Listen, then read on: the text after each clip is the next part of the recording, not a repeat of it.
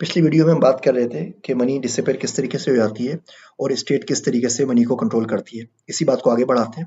हम बात कर रहे थे हाइपर इन्फ्लेशन की। नवंबर 2008 के अंदर जिम्बाब्वे के अंदर एक डबल रोटी $300 मिलियन की आती थी। ये जिम्बाब्वे डॉलर है, यूएस डॉलर नहीं है। एक डबल रोटी $300 मिलियन की आती थी, इतनी ज्यादा हाइपर इन्फ्लेशन हो गई थी। उसकी वजह से हुआ ये कि जो नोट थे, कागजी नोट, उनकी कदर रद्दी के टुकड़ों से भी बुरी हो गई। लोग बोरी-बोरी भर के लेके जाते थे, बोरियाँ भर के। और आप देखें ज़िम्बाब्वे का तो आपको मिल जाएगा इंटरनेट के ऊपर, $100 मिलियन का नोट है, $50 मिलियन का नोट है और मनी बिल्कुल एक मज़ाक बन गई थी। लोग बोरियाँ भर के पैसे ले जाते थे और उसके बदले में कुछ आम सी ग्रोसरी खरीद सकते थे। जब ये हुआ तो लोगों का ट्रस्ट खत्म हो गया, सारी की सारी मनी उन्होंने फेंक दी। आपने एक इश्तहार भी देखा होगा, अखबार में वो आता था कि लोग ज़िम्बाब्वे की मनी को टॉयलेट पेपर के तौर पे यूज़ करने लग गए थे, क्योंकि उसकी वर्थ इससे ज़्यादा इतनी भी कुछ नहीं थी। उसकी वर्थ इतनी भी नहीं थी, जिस पेपर पे वो प्रिंट हुआ हो, उसकी मालियत ज़्यादा होती थी, बजाय उसके जो हिस्सा उसके ऊपर लिखा हुआ होता था। तो फिर लोगों ने क्या किया, लोगों ने अपनी करेंसी बनाई और उसको बना के उसको इस्तेमाल करना शुरू कर दिया। एक मिसाल के तौर पे कोई भी नए नाम से करेंसी बना ली, एबीसी। उसके बाद कुछ लोग आए और उन्होंने उस करेंसी की नकल बना ली, उसको काउंटरफीट कर दिया और लोगों ने काउंटरफीट मनी को यूज़ करना शुरू कर दिया, क्योंकि जो काउंटरफीट जाली नकली करेंसी थी, उसकी वैल्यू भी असल करेंसी ज़्यादा थी। क्योंकि लोगों को इतना पैसा ही नहीं था कि वो जाएँ, मशीनें खरीद के लेकर आएँ, प्रिंटिंग प्रेस लगाएँ और नोट छापें। इतना पैसा भी किसी के पास नहीं था। जो भी लोग एक्सेप्ट करते थे, वो मनी के तौर पे इस्तेमाल होना शुरू हो गया। और हम कोई पुरानी बात नहीं कर रहे, हम सिर्फ 10 साल पुरानी बात कर रहे हैं। मैं कोई सदियों पुरानी बात नहीं कर रहा आपसे। अब अगर आप देखते हैं आजकल के दौर में बहुत सारे उलमाए कराम इस बात पे एतराज करते हैं कि जी क्रिप्टो करेंसी के पीछे बैकिंग किसकी है। तो उनसे पूछें, बैकिंग तो फियाट के पीछे भी किसी की नहीं है, सिर्फ गवर्नमेंट की और लोगों का ट्रस्ट है। क्योंकि पीछे गोल्ड तो खत्म हो गया है, तो गोल्ड की या किसी कमोडिटी की बैकिंग तो दुनिया की किसी भी करेंसी के पीछे नहीं है। तो क्रिप्टो करेंसी पे क्यों एतराज, फिर तो बाकी जो कागजी नोट हैं उनके ऊपर भी एतराज होना चाहिए। मजीद वो ये बोलते हैं कि जी इसके पीछे कोई गवर्नमेंट का पीछे कुछ भी कोई बैकिंग नहीं है क्रिप्टो करेंसीज के अंदर। तो अब जिम्बाब्वे की एग्जांपल देखें, जो यहाँ पे करेंसी चल रही है, जो लोगों ने खुद बनाई हुई है, और फिर उसकी भी जो नकल चल रही है, और फिर जो उसकी भी नकल चल रही है, इसके पीछे किसकी बैकिंग है? ना किसी गवर्नमेंट की। गवर्नमेंट तो एग्जिस्ट ही नहीं करती सिरे से। सिर्फ और सिर्फ लोगों का ट्रस्ट है, लोगों का एतमाद है, और इसी तरीके से लोग जीने के काबिल हैं। अगर आप खुद सोचें ना, माशरे से आप पैसा बिल्कुल निकाल दें, बाहर कर दें, तो लोग ट्रांजेक्शन कैसे करेंगे, चीजें कैसे खरीदेंगे, खुराक कैसे खरीदेंगे, दवाएं कैसे खरीदेंगे, जिंदा कैसे रहेंगे? अब ये जो जिम्बाब्वे के अंदर लोग रह रहे हैं, वहां पर भी जाहिर बात है इंसान रहते हैं, मुसलमान रहते होंगे। अब जो ये 10 साल से ट्रांजेक्शन कर रहे हैं, क्या आप इन तमाम ट्रांजेक्शन को हराम कहेंगे? क्योंकि बेकिंग, इसके पीछे बेकिंग तो किसी की भी नहीं है।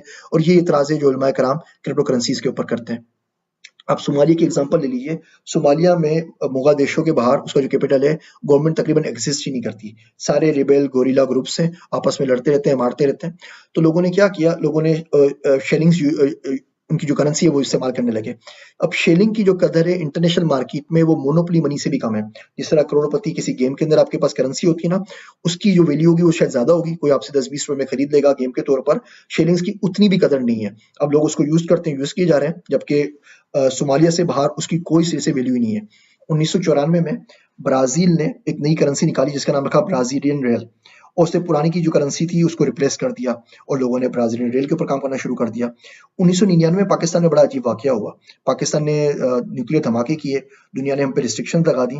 तो नवाज शरीफ की गवर्नमेंट ने क्या किया कि तमाम के तमाम यूएस डॉलर अकाउंट को सीज कर दिया। इसका मतलब अगर आपका डॉलर अकाउंट है और गवर्नमेंट ने उसको फ्रीज कर दिया है, अब ना उसमें पैसे आप डाल सकते हैं ना निकाल सकते हैं। इट डजंट मैटर कि आपके पास वहाँ ₹5 थे, ₹50 थे, 50 लाख डॉलर थे या 5 करोड़ डॉलर थे, आपकी मनी जो कंप्लीटली फ्रीज हो गई। ये वो दिन था जिस दिन इन्वेस्टर्स का, दुनिया भर के साहूकारों का, अमीर लोगों का ट्रस्ट पाकिस्तान बैंकिंग सिस्टम से खत्म हो गया। उन्हें डर लग गया कि पैसे हमारे, अकाउंट हमारा, हमने अपने बैंक में रखवाए और गवर्नमेंट ने हमारे पैसे रोक लिए।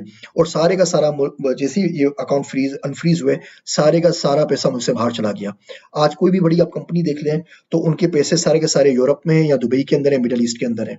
जब सैलरीज देनी होती है एम्प्लॉय को, 31 तारीख को, 30 तारीख को, 29 तारीख को वहां से चेक भेजते हैं, वो पाकिस्तान में पैसे आते हैं, उनको सारे एम्प्लॉयज को तनख्वाह देते हैं, अगले दिन अकाउंट तकरीबन सिफर हो चुका होता है। आपको यकीन नहीं आएगा, वो कंपनीज जो करोड़ों करोड़ों रुपए का पेरोल रन करती है पाकिस्तान के अंदर, आप पहली दूसरी तारीख को जाके उनके स्टेटमेंट देखें तो उनके अकाउंट में 30,000 रुपए भी नहीं होते। ये वो खौफ है, ये वो डर है जो गवर्नमेंट पे ट्रस्ट उठ जाने की वजह से लोगों में आया, और उसके नताइज हम आज तक भुगत रहे हैं। अमेरिका के अंदर, बाहर मुल्कों के अंदर पैसा जो होता है बड़ा सेक्रेट ट्रस्ट किस्म का होता है।